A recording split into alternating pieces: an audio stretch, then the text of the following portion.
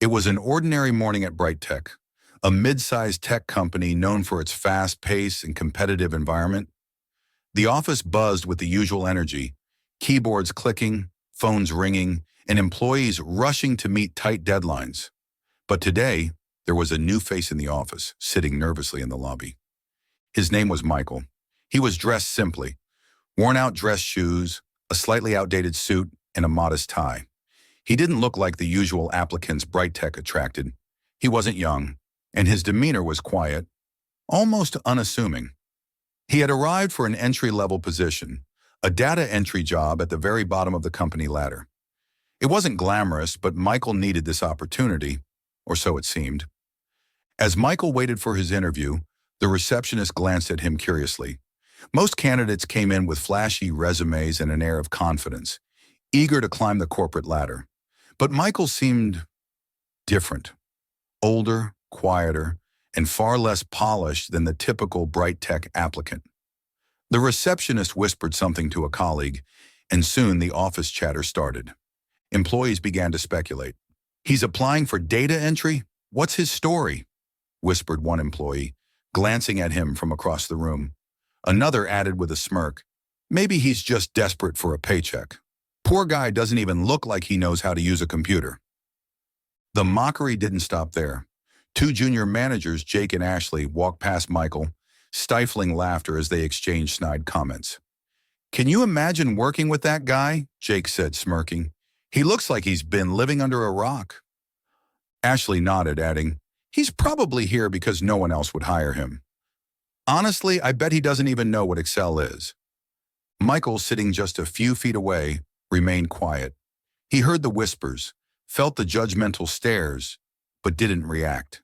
Instead, he clutched his old leather briefcase tightly, as if holding on to something far more important than anyone could see. His expression stayed calm, but there was a spark in his eyes that hinted he wasn't what he appeared to be. Eventually, Michael was called into the conference room for his interview. As he walked through the office, more eyes followed him, some amused, others confused.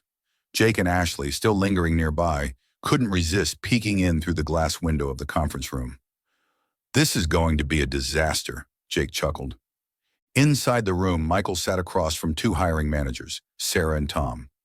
Sarah led the interview, her tone professional but slightly skeptical. "So Michael," she began, "your resume is unique. It says here you've been out of the workforce for a while. Can you explain the gap in your employment history?" Michael paused for a moment, then spoke in a calm, steady voice. "I took time off to focus on personal projects and some consulting work," he said simply. His answer was vague, and it didn't seem to impress Sarah, who glanced at Tom with raised eyebrows. Tom, less tactful than Sarah, pressed further. "Consulting? For what exactly? Because I'm not seeing much in terms of recent experience here." Michael smiled slightly, his confidence unshaken. "Small companies, mostly startups, helping them streamline operations and improve their data management systems." Sarah nodded politely but remained unconvinced. She decided to shift gears.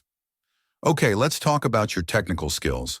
This role involves a lot of data entry and familiarity with software like Excel, Google Sheets, and Bright Tech's proprietary systems.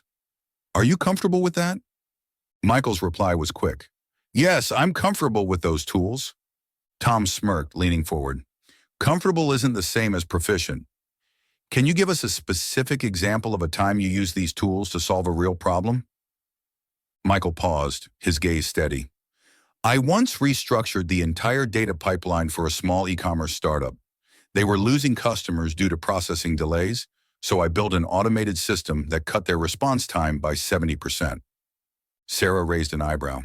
It was a solid answer, but it didn't match his modest demeanor or outdated appearance. Tom, still skeptical, jotted down a few notes but didn't seem impressed. As the interview wrapped up, Sarah thanked Michael for his time, her tone polite but distant. "We'll be in touch," she said, standing to shake his hand. Michael nodded, shook both their hands firmly, and walked out of the room. Outside, the whispers picked up again. Jake and Ashley watched as Michael left the building, their smirks growing wider. "Well, that was a waste of everyone's time," Ashley muttered. Jake laughed. "No way he's getting the job." But what they didn't know was that Michael had left behind something in the interview room, something that would change everything. After Michael left the interview room, the hiring managers, Sarah and Tom, exchanged skeptical glances. While Michael's answers were solid, something about him seemed out of place. Tom shook his head, muttering about the wasted time, while Sarah simply sighed, adding his resume to the growing pile of rejected applicants. Just a few hours later, an urgent email landed in Sarah's inbox from the CEO. The subject line read, "Michael Hampton, immediate attention needed." Sarah froze as she read the email. Michael wasn't a job applicant. He was Brighttech's new majority investor, quietly owning a significant stake in the company. The interview had been his way of assessing the culture firsthand. Minutes later, Sarah called an all-hands meeting, her expression unreadable. Confused employees gathered, whispering nervously. When the room settled, she introduced Michael, not as a candidate, but as the company's new leader. The room fell silent in stunned disbelief. Moments later, Michael entered, his calm demeanor unchanged, but now his quiet presence commanded authority. Jake and Ashley, who had mocked him earlier, shrank in their seats, embarrassed. Michael addressed the team, explaining why he'd gone undercover. He shared his own journey, rising from a low-level job to success, and emphasized that respect for every role is the foundation of a thriving workplace. He announced changes to improve culture and eliminate toxic behavior. Over the following weeks, Brighttech transformed. Employees who once dreaded work found themselves motivated by a leader who truly valued them. The company thrived, and Michael's humility and vision turned judgment into admiration.